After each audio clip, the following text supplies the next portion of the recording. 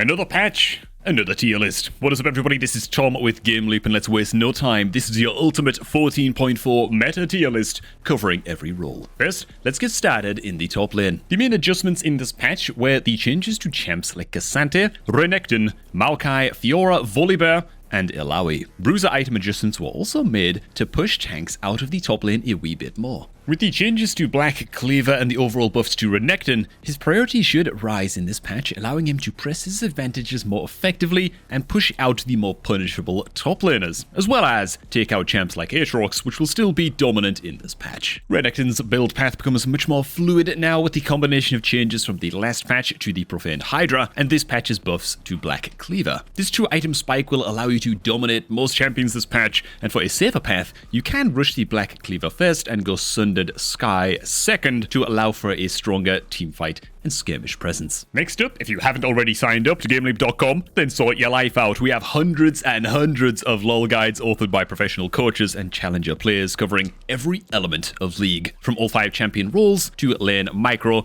and macro decision making. Sign up below right now by clicking the link at the top of the description box to jumpstart your path to Challenger. And with that said, back to the tier list. K'Sante should still be a strong champion this patch in the top lane, but it will take a bit more champion understanding to pilot him effectively, which is going to push him down a tier. His combo structuring has become significantly less effective, making it harder for you to maintain advantages properly. And with the additive changes to Bruiser itemization and the lack of nerfs to stronger K'Sante counters, like Darius, Garen, and Udyr, the champ will find itself struggling just a little bit more in 14.4. Same as last patch, Aatrox will be an absolute terror in the top lane. The only downside is the increase of rough lane counters, but overall, he is getting continuously left unchecked and will only get stronger due to some of his harder counter matchups like Jax, Tryndamere, and Yone getting hit by the lethal tempo nerfs. Next up, Volibear rises from the depths to become an extremely oppressive laning champion in this patch. The buffs to his move speed on his Q at early ranks allow him to skip the extra point that had to be placed in the Q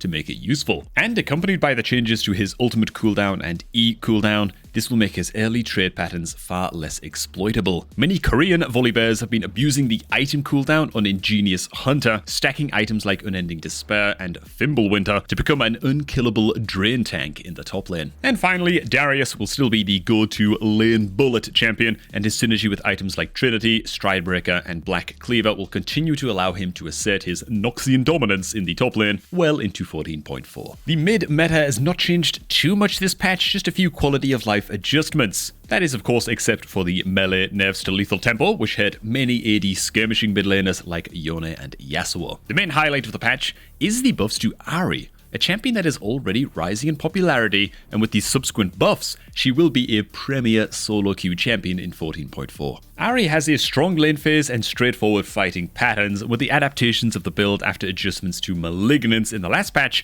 allowing for a strong spike at 2700 gold. Ahri can look for a clear entrance to any fight. A little known interaction is that Shadowflame also makes true damage crit under the threshold, so with a build of Malignance and Shadowflame, Ahri has a very strong spike at 2 items that allows her to be a top tier fighting mage. Another more overlooked champion in the mid lane is Aurelion Sol, who was nerfed in this patch, but he is still in a very strong place with his ability to accelerate his stack growth and neutralize many mid lane matchups. We don't think that he is quite top tier in 14.4, but he is a champion that should be considered more often. Overall, most mage items were buffed, with majority of the lost chapter items gaining an extra 5 haste, making it much more cost effective to build these items and not be shoehorned into a mid-game item purchase of a Horizon focus for haste. This, of course, makes champs like Orianna, LeBlanc, and Syndra stronger because they want to rely on items like Crypt Bloom or Shadowflame more than that of Horizon or Cosmic Drive. With nerfs to many of the fighting AD bruisers in mid, which give Orianna and Syndra some trouble, they now rise up in popularity this patch, allowing for a much more stable mid lane mage carry presence. Next up in this list are the 1v9 carries in the bot lane, with a fair amount of shakeup in this patch. With strong nerfs to champs like Varus and Kalista,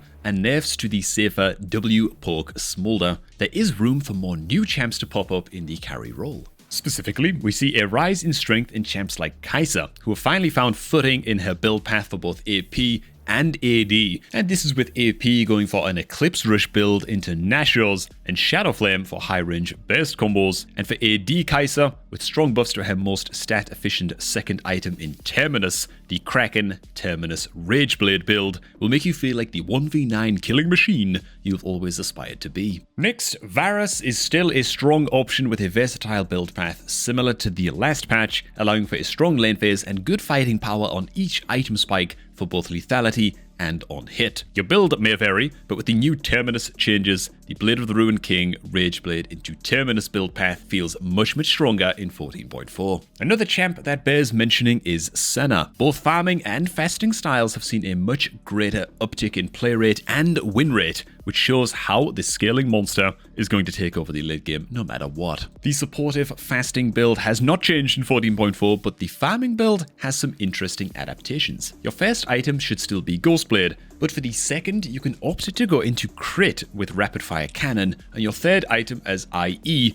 guarantees a late game threshold spike to stomp some noobs. And this brings us at last to the unsung heroes of the Rift, or in many cases, the villains in the jungle. The main adjustments found in this patch that affect this role are the changes to Maokai, Volibear, and Rek'Sai. The changes to Maokai, which are mostly focused at the pro player level, affect his clear speed to a detrimental degree and greatly affect his team fight presence, making him significantly weaker in the jungle in a bruiser-focused meta. Next, the Rek'Sai rework pushes the highly mobile burst fighter to more of a tankier bruiser role, cutting off the damage the champ does in a quick burst and leaning more heavily into survivability and mobility. The biggest change is the lowered cooldown on Rek'Sai's E, which makes it much faster for the Void creature to scuttle around the map at rapid paces, making Rek'Sai much more present on the map. Overall, she gains much more teamfighting strength, and with the change to one of her premier items in Black Cleaver, which we've already covered, Rek'Sai will end up in a better place than before in 14.4. And of course, the aforementioned Volibear changes help the champ to become a godly skirmishing jungler that can perfectly slot into the meta as it stands, being able to have a strong early fighting presence and a strong ganking presence with lanes that have even a little bit of setup. And lastly, the emotional backbone of the team, the supports. This patch was very kind in general to supports, seeing more buffs to their items and gold generation,